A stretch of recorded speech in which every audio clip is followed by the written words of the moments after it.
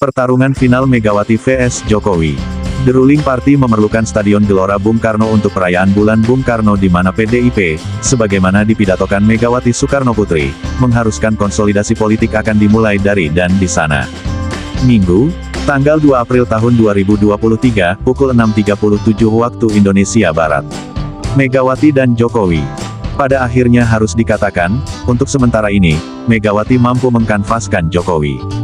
Sebagai petugas partai, yang ditunjuk dalam pencapresan 2014 dan kemudian 2019, Jokowi telah menjadi macan, bahkan Raja Macan. Untung bukan singa, sehingga dia tidak menjadi Raja Singa. Di ujung masa tugasnya, Jokowi adalah kekuatan real politik, yang bahkan melampaui Megawati sebagai ketua umum dari The Ruling Party. Kontestasi matahari kembar di PDIP, memuncak dalam pidato penuh sinisme pada ultah PDIP di awal tahun 2023, ketika Megawati Soekarno Putri menyebut Pak Jokowi kalau enggak ada PDIP, kasihan deh. Pangkal soalnya, ulang tahun PDIP terpaksa dilaksanakan di Jakarta International Expo. Padahal, PDIP mengajukan di Stadion Gelora Bung Karno.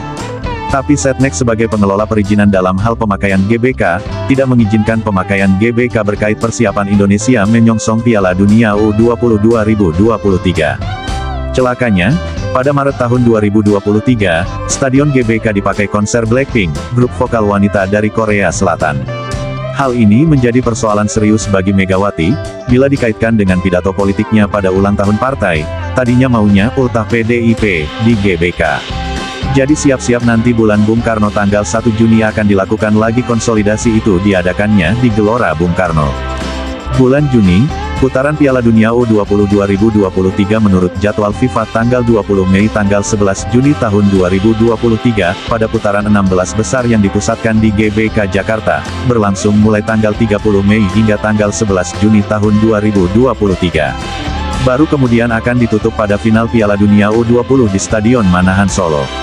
Dalam pada itu, mungkinkah PDIP menyelenggarakan bulan Bung Karno di Stadion GBK, yang oleh Erick Thohir dikatakan tidak boleh untuk aktivitas apapun selain PDU20? Pertanyaan seriusnya, maukah Megawati dua kali dikalahkan oleh larangan Erick Thohir, sebagai Ketua Umum PSSI? Dua kali kalah maju Pilpres 2004 dan 2009, menyakitkan bagi Megawati. Apalagi kini mau dua kali kalah oleh Erick Thohir.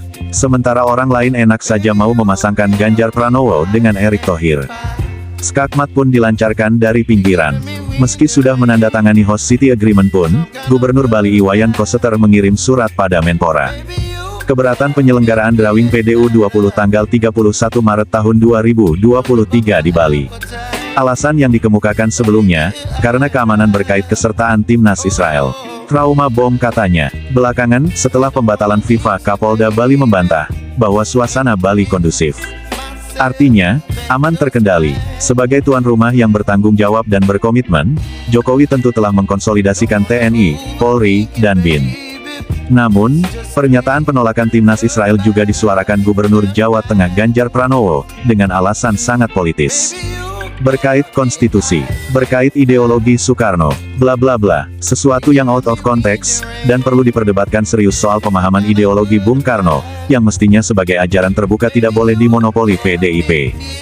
Dan FIFA pada tanggal 26 Maret mencopot Indonesia dari posisi tuan rumah. Pencopotan Indonesia sebagai tuan rumah event internasional, sangat memalukan. Menamparkan Jokowi sebagai Presiden Republik Indonesia. Melihat timeline progresinya, terlihat dalam day-to-day yang ketat, menunjukkan bagaimana pertarungan antara Jokowi versus Megawati.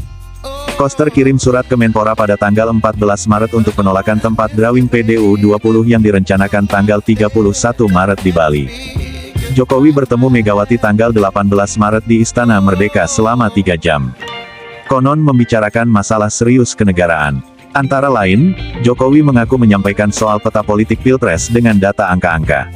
5 hari kemudian, tanggal 23 Maret Ganjar Pranowo menyatakan penolakan timnas Israel berkait Piala Dunia U20, dengan alasan yang tampaknya begitu gagah. Ia, sebagai bakal calon presiden memang harus tampak nasionalis, patriotis, seperti Bung Karno. Endingnya, FIFA kemudian mencopot Indonesia sebagai tuan rumah pada tanggal 26 Maret tahun 2023.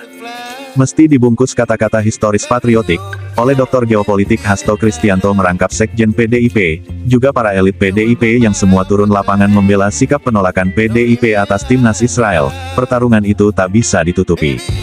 Apakah hal itu terkait dengan kerasnya dialog tanggal 18 Maret antara Jokowi dengan Megawati, yang berlangsung hingga 3 jam? Di mana waktu itu, menurut pengakuan Jokowi, ia memberi masukan, peta kekuatan dan data, yang hampir pasti juga pasokan data dari BIN, yang membuat Megawati mengeras. Dan Jokowi juga mengeras. Ketika Jokowi menyatakan olahraga jangan dicampur adukan dengan politik, Jokowi sendiri tak bisa menafikan juga melakukan pencampuran. Kenapa Jokowi ambisius ingin menjadikan Indonesia sebagai tuan rumah Piala Dunia U20 2023? Karena ini kesempatan emas, yang belum tentu bisa terpegang Indonesia 50 tahun lagi. Keanggotaan FIFA mencapai 216 negara.